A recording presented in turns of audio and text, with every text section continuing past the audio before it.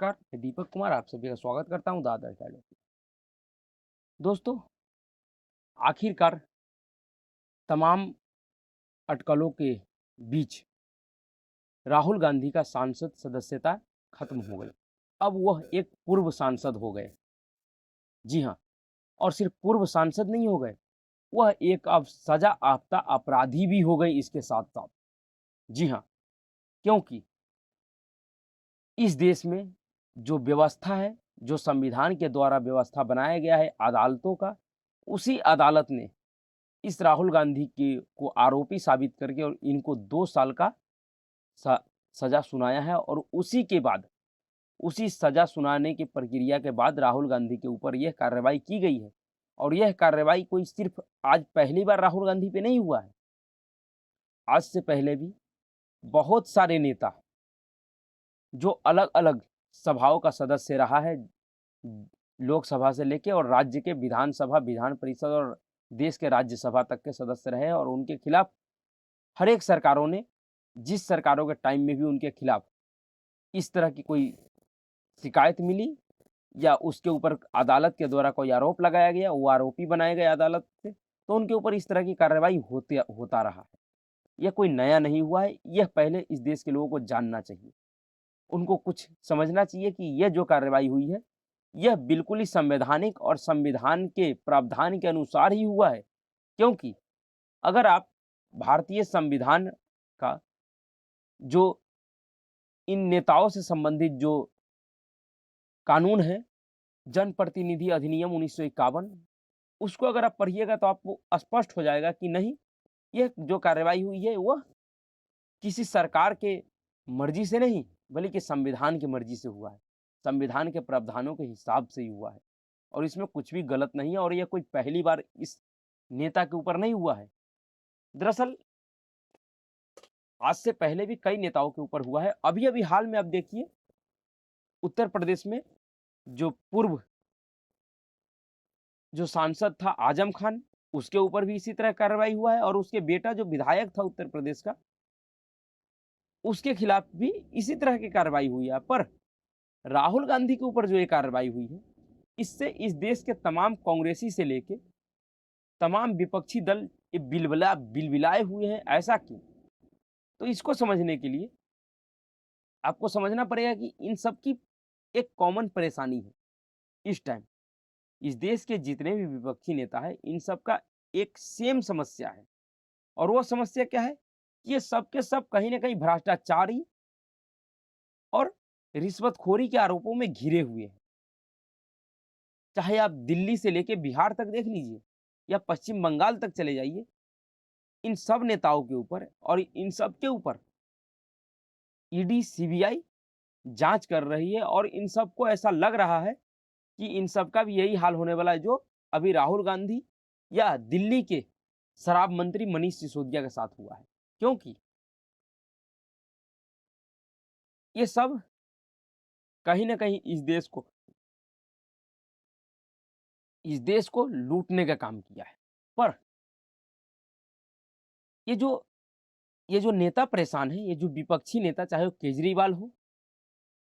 चाहे बिहार का deputy CM Tejashwi Yadav हो या पश्चिम बंगाल का नेता ममता बनर्जी हो या उत्तर प्रदेश का जो विपक्ष का नेता है अखिलेश यादव या और भी नेता जो इस तरह से परेशान हैं, मुंबई का चाहे शरद पवार हो या कोई भी, इन सब के लिए ये सब इस बात से परेशान नहीं है कि इनके ऊपर अगर सज़ा हो जाती है इनको 2 साल या 2 साल से ज़्यादा की, तो इनकी सदस्यता खत्म हो जाएगी क्योंकि सदस्यता खत्म होना इनके लिए कोई बड़ी बात नहीं है। ये सोचते हैं कि आज अगर खत्म होगा तो फिर से मैं चुनाव जीत के आ जाऊँगा। पर इनका जो सबसे बड़ा परेशानी है, इनका जो डर है वो इस बात का है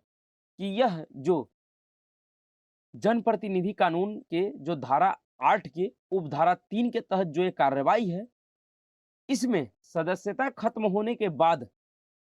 सजा काटने के बाद जो 6 साल तक चुनाव से निष्कासन यानी आपके चुनाव लड़ने पे जो प्रतिबंध लग जाता है, यह इनके लिए सबसे बड़ा परेशानी है। यह डरे हुए इस बात से कि अगर भविष्य में अगर ये कानून रहा और जिस तरह की कार्रवाई राहुल गांधी के ऊपर हुआ है, अगर मेरे ऊपर अगर कोई आरोप साबित होता है, तो फिर मेरे साथ भी यही होगा तो मैं सजा तो काट लूंगा 2 साल का, पर जो 6 साल का जो टाइम है ये कैसे काटूंगा? अगर कोई नेता 8-8 साल 10-10 साल अगर राजनीति से बाहर रह जाता है, तो फिर उसकी राजनीति में क्या प्राथमिकता रहेगी, राजनीति में उसका क्या भविष्य रहेगा, ये वो बेहतर जानते हैं। और कहीं न कहीं इन तमाम विपक्षी नेताओं का डर इसी बात का है, इसीलिए ये सब के सब इस तरह से भिन-भिनाए चल रहे हैं। पर जिस तरह की कार्रवाई राहुल गांधी के ऊपर हुआ है और जिस तरह का विरोध प्रदर्शन उसके नेता एवं उनके चमचे चाटुकार कर रहे हैं और जिस तरह का रिएक्शन उनके बड़े से बड़े कांग्रेसी नेता दे रहे हैं, दरअसल यह कांग्रेस पार्टी अपने पुराने जो व्यवहार है उसको दर्शा रही है। ये कांग्रेस पार्टी के रवैये को दर्शाता है, उनके डीएनए में बसा हुआ जो उनके पूर्वजों के किया हुआ कारनामा है उनको बताता है, खास करके गांधी परिवार के। क्योंकि इस देश में जिस तरह से कांग्रेसी नेता राहुल गांधी के ऊपर जो ये कार्रवाई हुई है उसके बाद जो सरकार के ऊपर हमला कर रहे हैं, दरअसल सरकार का इस कार्रवाई में कोई लेना देना नहीं है, दूर दूर तक कहीं तक कोई लेना देना नहीं है। पहले ये स्पष्ट होना चाहिए। यह कार्रवाई अदालत के द्वारा पूरी जो नियम एवं कायदे कानून है उसको उस पे चलते हुए अदालत ने फैसला दिया है और उसके बाद एक कार्रवाई हुई है जो आज से पहले बहुत सारे नेताओं पे हुआ है, पर इतना बवाल नहीं हुआ। लेकिन राहुल गांधी को दरअसल इस देश में जो विपक्षी नेता है या जो राहुल गांधी के सलाहकार मंडली है, वो सभी यही चाहते हैं कि राहुल गांधी को जो जमीनी हकीकत है उससे दूर रखा जाए। उसको एक ऐसी दुनिया में रखा जाए जो सिर्फ एक काल्पनिक दुनिया है जिसमें सिर्फ कल्पना से ही हर चीज होता है, हकीकत उसमें कुछ भी नहीं है। क्योंकि अगर राहुल गांधी को जमीनी हकीकत मालूम होता, उनको जमीन पे कैसे राजनीति की जाती है अगर ये मालूम होता, तो आज राहुल गांधी अपने बरबोलेपन में या अपने मंडली सलाहकारों के सलाह मानकर इस तरह की मुसीबत में नहीं फंसते। दरअसल कभी कभी तो अब ऐसा लग रहा है कि कहीं ऐसा तो नहीं कि कांग्रेस के ही बहुत से नेता और खास करके राहुल गांधी के अगल बगल में बैठने वाले जो चमचे चाटुकार है, जो राहुल गांधी से परेशान होकर कहीं इनको इस तरह की सलाह देकर जानबूझ के तो नहीं फंसाया है इसमें। अब तो ऐसा भी चर्चा चल रहा है मीडिया में। पर बहरहाल हम इसके राहुल गांधी के समर्थन में जो इनके कार्यकर्ता जो आज देश भर में और इनके बड़े बड़े नेता जिस तरह से उत्पात मचा रहे हैं, इस उत्पात को देखा जाए तो यह कांग्रेस पार्टी का पुराना कारनामा है। आप याद कीजिए 1975 का दौर, जब 1971 के आम लोकसभा चुनाव में इंदिरा गांधी के ऊपर उन्हीं के विरोध में जो खड़ा थे राजनारायण जी, उन्होंने जो आरोप लगाया था कि इन्होंने गलत तरीके से चुनाव जीता है, इन्होंने सरकारी मशीनरियों का उपयोग किया है चुनाव जीतने के लिए, इन्होंने लोगों को बरगलाया है और कई तरह के आरोप लगाए थे कि इन्होंने इस तरह से किया है। उसको उसके ऊपर इन्होंने राजनारायण जी ने इलाहाबाद उच्च न्यायालय में केस किया था और उस केस में जो उन्होंने आरोप लगाए वो आरोप, उनमें से बहुत सारे आरोप साबित हुए इंदिरा गांधी पे और इंदिरा गांधी के खिलाफ 12 जून 1975 को इलाहाबाद हाई कोर्ट के द्वारा ये फैसला सुनाया गया, इसी तरह का जिस तरह का फैसला आज राहुल गांधी के पक्ष में कल सुनाया गया था, उसी तरह का फैसला इंदिरा गांधी के लिए भी सुनाया गया और उनको भी संसद की सदस्यता से निलंबित कर दिया गया और 6 साल तक चुनाव लड़ने के लिए प्रतिबंधित कर दिया गया, जिसके खिलाफ उन्होंने 23 जून को ही सुप्रीम कोर्ट में भी अपील किया, पर सुप्रीम कोर्ट से भी उनको कोई बड़ा राहत नहीं मिला। उसके बाद जिस तरह से इस देश में विपक्ष के नेताओं ने गोलबंदी शुरू की इनके खिलाफ और जो आज जो ये तमाम विपक्षी नेता कहते हैं कि नरेंद्र मोदी तानाशाही की तरह काम कर रहे हैं, तानाशाह की तरह काम कर रहे हैं, विपक्ष की आवाजों को दबाने की कोशिश कर रहे हैं, दरअसल वह ये नेता शायद वह अपना बीता हुआ दिन भूल गए हैं, क्योंकि उनके लिए मजबूरी ये हो गया कि वह अब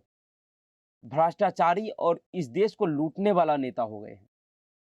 इसलिए वो अपने पुराने उन दिन को भूल गए हैं, वरना ऐसा कौन सा पुराना नेता ही नहीं होगा जिसको 1975 का दौर याद होगा कि किस तरह से विपक्ष की आवाज को दबाने के लिए, अपना सत्ता को सिर्फ बचाने के लिए इंदिरा गांधी ने अपने बड़े बेटे संजय गांधी के कहने पे और बहुत से अपने चमचे चाटुकारों के सलाहों को मानकर इस देश में इमरजेंसी घोषित किया था। राष्ट्रपति के ऊपर दबाव डालकर, राष्ट्रपति को झूठ बोलकर इस देश में इमरजेंसी लागू करवाया गया था, क्योंकि उस समय इंदिरा गांधी को इस देश में उसके खिलाफ जो आवाज उठ रही थी उस आवाज को दबाना था। और उसी इमरजेंसी के खिलाफ ये जो क्षेत्रीय दलों का जो हर एक क्षेत्रीय दल जो आपको दिखता है हर एक प्रदेशों में, इन सब का जो जन्म हुआ था, इस सब का जो उत्पत्ति हुआ था, ये इन्हीं कांग्रेस के और उसी इंदिरा गांधी के तानाशाही के खिलाफ ही इनका जन्म हुआ था। एकदम से कुकुरमुत्ते की तरह भरभरा के क्षेत्रीय दल जम गए थे। हर एक नेता अपना अपना दल बना लिए, वो उसी डिक्टेटरशिप के खिलाफ, उसी तानाशाही के खिलाफ। और आज देखिए इनकी विवशता कैसा है, इन्होंने अपने चाल चरित्र को कैसा बना लिया, एक लुटेरा और एक भ्रष्टाचारी का चरित्र बना लिया, जिससे आज इनका मजबूरी है कि उसी जिसके खिलाफ ये खड़े हुए थे आज उसी के गोद में जाके बैठने पर ये मजबूर है। मजबूरी में आज इनको उसी के गोद में बैठना पड़ रहा है। तो उस समय भी इंदिरा गांधी जी ने अदालत के जो फैसला था उसको न मानते हुए इस देश में उत्पात करवाया। बहुत से लोगों को पकड़-पकड़ के जबरदस्ती नसबंदी करवाई गई, बहुत से लोगों के साथ अत्याचार किए गए, बहुत से लोगों के घर पे बुलडोजर चलवाया गया। ये जो आज जो ये सब हो रहा है ना, बुलडोजर की कार्रवाई, ये सब ये कर चुके हैं, इनके बाप-दादा और इनके नाना-नानी ये सब कर चुके हैं अच्छे तरीके से। ये जो तमाम कांग्रेसी नेता जो आज बकैती करते हैं, आपको ज्ञान देते हैं, अगर आप थोड़ा-सा कांग्रेस के इतिहास के बारे में पढ़िए कि उन्होंने अपने शासन टाइम में क्या-क्या किया है इस देश में और उनके नेता क्या-क्या किए हैं, किन-किन आरोप उन पे, किस-किस तरह के आरोप उन पे लगे हैं, तो ये नंगे हो जाते हैं बिल्कुल। बस थोड़ा-सा पढ़ने की ज़रूरत होता है। उसी तरह से, जिस तरह से उस समय उन्होंने कोर्ट की धज्जियाँ उड़ाई थी, उसी तरह से आज के कांग्रेस और राहुल गांधी और इनके तमाम चमचे चाटुकार समर्थक कोर्ट की धज्जियाँ उड़ा रहा है। दरअसल यह जो सवाल उठा रहा है, ये सवाल सरकार पे नहीं, ये सवाल उस सुप्रीम कोर्ट के फैसले के ऊपर उठाया जा रहा है कांग्रेस पार्टी के द्वारा। जिस फैसले में सुप्रीम कोर्ट ने कहा था कि किसी भी नेता के ऊपर अगर किसी तरह का आरोप लगता है और वो अदालत के द्वारा अगर दोषी साबित किए जाते हैं और उसके ऊपर अगर उसको उस दोष के लिए 2 साल या उससे अधिक का सज़ा होता है, तो तत्काल प्रभाव से उसका सदस्यता खत्म हो जाएगा, चाहे वो इस देश का किसी भी पद पे हो, चाहे ग्राम पंचायत में वार्ड क्यों ना हो, चाहे प्रधान क्यों ना हो, चाहे इस देश का प्रधानमंत्री क्यों ना हो, उसकी सदस्यता खत्म हो जाएगी। और उसी कानून के तहत आज राहुल गांधी पे यह कार्रवाई हुआ है। पर ये तमाम खैराती और इनके बड़े-बड़े नेता जो वकील हैं, वो यह समझाने की कोशिश कर रही है कि यह सरकार ने ऐसा किया है, पर समझने की ज़रूरत ये है कि इसमें सरकार का कोई लेना-देना नहीं है। ये पूरी की पूरी कार्रवाई अदालती कार्रवाई है और अदालत के फैसले के फैसले को ध्यान में रखते हुए इस तरह की परिस्थिति आज राहुल गांधी के सामने खड़ा हुआ है, पैदा हुआ है। जिसके लिए अदालत ने टिप्पणी किया कि आपको ये फैसला सुनाते समय सूरत के वो कोर्ट में जो जज जज साहब थे उन्होंने टिप्पणी किया कि आपको पहले भी देश के सर्वोच्च न्यायालय द्वारा चेताया गया था, पर आपके ऊपर कोई असर नहीं होता, इसलिए आपको सजा भुगतना पड़ेगा। और तो पूरी अदालती कार्रवाई को किस तरह से पूरा कांग्रेसी एवं उनके चमचे चाटुकार और खैराती गैंग सरकार के सरकार का कार्रवाई बता के भ्रम पैदा करने की कोशिश कर रहे हैं इस देश में, इस देश के लोगों के बीच में। और वो तमाम भ्रष्टाचारी नेता राहुल गांधी के समर्थन में आ रहे हैं। और यहाँ तो सबसे बड़ा बात, सभी नेता बोले तो बोले, वो नेता भी बोल रहा है जो एक प्रदेश का उप मुख्यमंत्री है और अपने ही प्रदेश में एक पत्रकार को किस तरह से परेशान कर रहा है और उनके तमाम समर्थकों को परेशान कर रहा है। पूरा तानाशाही वो कर रहा है और तानाशाही का आरोप दूसरे पे लगा रहा है। जी हाँ, तेजस्वी यादव ने कहा कि जिस तरह से राहुल गांधी के ऊपर कार्रवाई हुआ है, यह इस देश के लोकतंत्र और संविधान को खत्म करने की कोशिश है। भाजपा के द्वारा लोगों के आज़ादी को छीनने की कोशिश है। तो दरअसल वह तेजस्वी यादव जो केंद्र के तरफ उँगली उठाता है, वो उँगली अपने तरफ उठा के देखे कि तुम आज बिहार में क्या कर रहे हो? किस तरह से तुम सत्ता के अहंकार में पत्रकारों के ऊपर कार्रवाई कर रहे हो, उनके समर्थकों के ऊपर कार्रवाई कर रहे हो, उन तमाम लोगों के ऊपर कार्रवाई कर रहे हो जो तुम्हारे काले धंधे और तुम्हारे परिवारों के द्वारा किए गए काले कारनामों का पोल खोल रहा है। उसके खिलाफ तुम किस तरह से तानाशाही की तरह काम कर रहे हो और दूसरे को तानाशाह बता रहे हो। अपना काम नहीं दिख रहा है। शर्म आनी चाहिए। तुम जैसे नेता जब संविधान और लोकतंत्र पे ज्ञान देते हो, जिसको ना एक पैसे की संविधान की समझ है और ना एक पैसे की लोकतंत्र की समझ है, वह संविधान और लोकतंत्र पे ज्ञान ना दे ही तो अच्छा है। क्योंकि अब ये ना ही 1990 वाला दौर है और ना ही 1948 वाला दौर है। अब इस देश के लोग जागरूक हैं, उनको पता है कि कौन नेता इस देश में क्या कर रहा है और कौन सी सरकार इस देश में क्या किया और अब क्या कर रहा है।